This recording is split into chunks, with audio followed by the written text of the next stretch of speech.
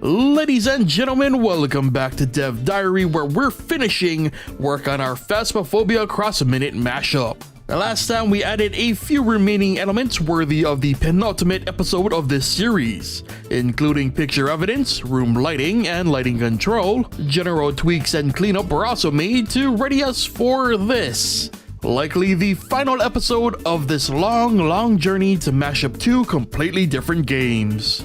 So today we will be adding the final main feature of the game, ghost behaviors. These behaviors will determine how ghosts act during their quote-unquote hunting phase. And to top it all off, we'll add the final few elements to truly make this the mashup experience it was meant to be. So let's not waste any more time and finish this thing. Now, some changes were made between videos, the main one being the player sprite, which has been updated from the temp art to something more akin to the main character from Minute, but our own version. See the hat?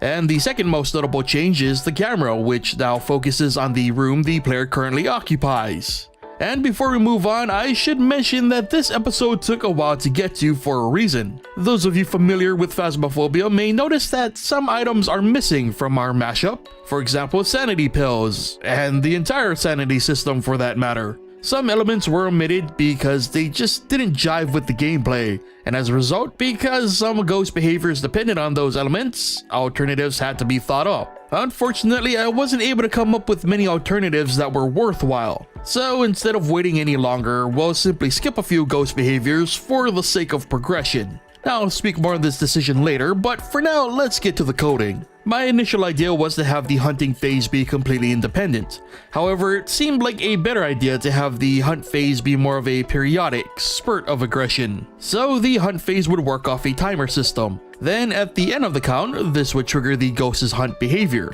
which would be set up via switch. And what followed was the familiar process of checking my notes and adding behaviors accordingly for each ghost type. So the Wraith and Phantom would both teleport within the player's vicinity, the Poltergeist would push environmental objects around, the Banshee would begin stalking the player, the Djinn and Revenant would gain a speed boost, the Mare would manipulate the lights of the nearest room, and the Oni would begin to stalk the last environmental item the player touched.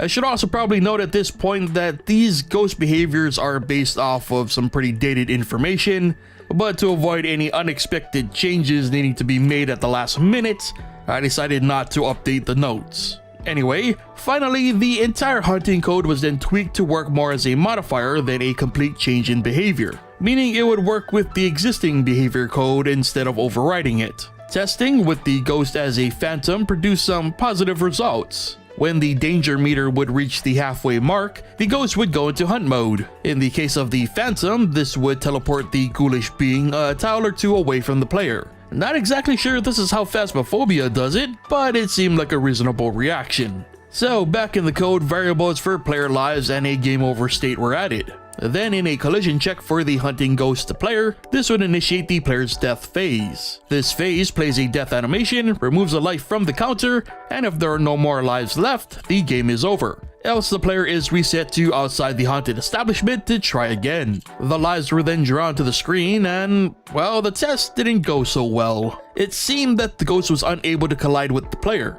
and several tweaks in an attempt to fix this were also unsuccessful. I'm talking everything from collisions to positions and distance checks were made. Nothing worked. So the check for the ghost collision was moved to the player's object instead, and step by step, things were re-added until almost every necessary conditional was accounted for. And over the course of an hour, I made a couple realizations. The first being that while the trigger worked, it only did so for a single frame. So instead of relying on timers, everything regarding the player's death was tied to the player's sprite.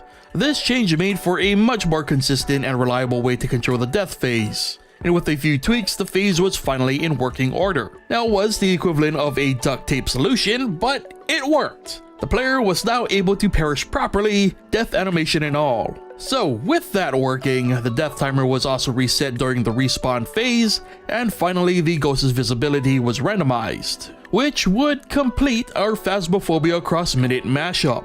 Now, the original plan was to continue working on this project and include more of the experience, such as purchasing of equipment, choosing evidence to identify the ghost, and so forth. However, it wouldn't necessarily make for very interesting visual content. But if there is a demand to see the project completed to such an extent, I may consider it in the future. Truth be told, I've grown quite fond of this project and would love to see it through to a possible release. However, it would require some major reworking for obvious copyright reasons. All things considered, however, I really enjoyed working on this project. It was a long and sometimes tedious process. The code is an absolute monster of a mess, but there were so many fun experiences along the way that it was definitely worth the journey. I loved working on another monochrome project. I loved trying to basically recreate mechanics from Phasmophobia, and while the gameplay definitely needs work, it was just plain fun to mash these two games together.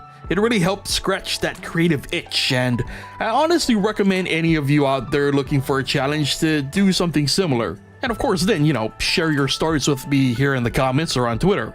Speaking of which, this brings us to the end of today's episode of Dev Diary, and sadly, our mashup project. So if you enjoyed today's entry, consider leaving a like. Be sure to also subscribe and hit that bell if you haven't already. And also, what did you think of the mashup? Was there anything that you would have done differently? Leave your thoughts and opinions in the comments. Thank you so much for watching, and I'll see you guys next time.